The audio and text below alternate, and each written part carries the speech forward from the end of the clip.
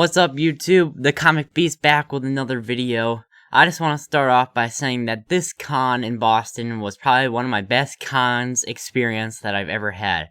Well, maybe that other time in Hartford when I got choked out by Ron Garney. But, you know, Sean and I had a great time. We talked about some stuff that you'll see in a minute, and we cracked some jokes. I'm a huge fan of Sean's work, and I also listen to the podcast, the Bat Ass Comic podcast with him and Clay McCormick. And if you're not a fan of that podcast or you're not familiar with it, then disregard the first joke that you hear. But otherwise, we got some great stuff to go along with the podcast. I know it's not really a podcast, it's just a quick little 5-minute interview, but I had a great time. I was so nervous. I do all my interviews on the computer, and that was my first ever in-person interview. So before we were standing in line, there was like 3 people. My hands were shaking, and I was looking at my dad, and I was like, I don't know if I can do this. I've never had to do it in person before. I was honestly really nervous, but it turned out great. You know, my dad always says, if you're not nervous, then you don't care about it. So I was nervous, and that means I care about it. So I'm bringing you a good interview, a lot of stuff that he's never said before on air. A lot of stuff that it will be pretty exciting for all of you to hear. But before we get into the interview, hit the like, hit the subscribe, and hit that notification bell. Make sure to comment on this video what you think of Sean's work and his new book out right now, Batman Beyond. Let's get into the interview. Searching for greatness in a sea of the dying and shameless, a sea of the aimless. I don't want to be one of the nameless. I'ma wake up with the mindset that one day I'm gonna make it.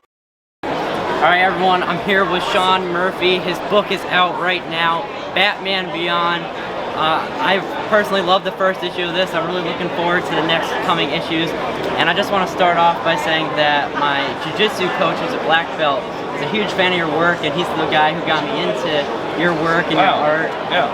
And that's just where I fell in love with your work, and I just love collecting your stuff. So Thank you. I also want to mention that I am a huge fan of the podcast. I mean, your art's okay, but I think Clay here carries the whole show. Oh yeah, for sure. It does. It keeps me grounded. I say a lot of weird, dumb things. Yeah, and that brings me to my first question. I was listening to the podcast you did about a week ago. Yeah. I know that your wife, Katana, is a romance author, Yeah. and you do the writing for these all kinds of comic books, and it seems to be that you have a great connection. Now, I've never had a girlfriend, and I was just wondering, when I do get my first girlfriend, do you think it's a good idea to go on a date on an airplane? It's an expensive first date, but yeah, if you want to actually, you got to be careful about that airplane boner. Yeah, it might be a creepy like Me Too situation. I'm glad you're spreading that lie around. Airplane boner, everybody. It's not a real thing. We're trying to make it a real thing. Yeah, we are. And the other question I have is, I know that you're a huge fan of like cars and motorcycles. I know you got the tattoo on your hand, and you're working on projects with the cars and motorcycles. Do you have any other projects that you're working on? I'm going to be doing I bought the rights to Zorro next year, so I'm going to be putting out a Zorro comic, 4 issues or graphic novel. We'll use Kickstarter again, just like we did with Quabbles. It's going to be a modern day take on Zorro. It's like Zorro meets Narcos, and there's going to be an El Camino in there too, of course, because you got to have a car. I'm really excited about that, and then I'll be working on a book to play after that. It's called The Last Driver, which we'll probably talk about in our podcast at some point. So I'll get back to Batman at some point, I'm sure, but I could use a break from Gotham. Yeah, that's the plan for now. And the last question I have is, what can people expect from your series that's out right now of Batman Beyond? Well, I can spoil issue 2 for you if you want. All right. So at the end of issue 2, we find out that Bruce and Harley are married. She was going to be forced to testify against him and protect him. She married him because spousal privilege says you don't have to test against your spouse. I think. I'm not a lawyer.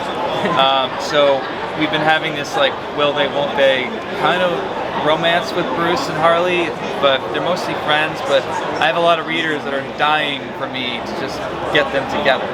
So we might be pushing that further in this series. So that's just a subplot though. My goal with this book is to, by the end of it, start setting up some JLA type stuff. So I haven't told anybody that in an interview, so just keep it between us.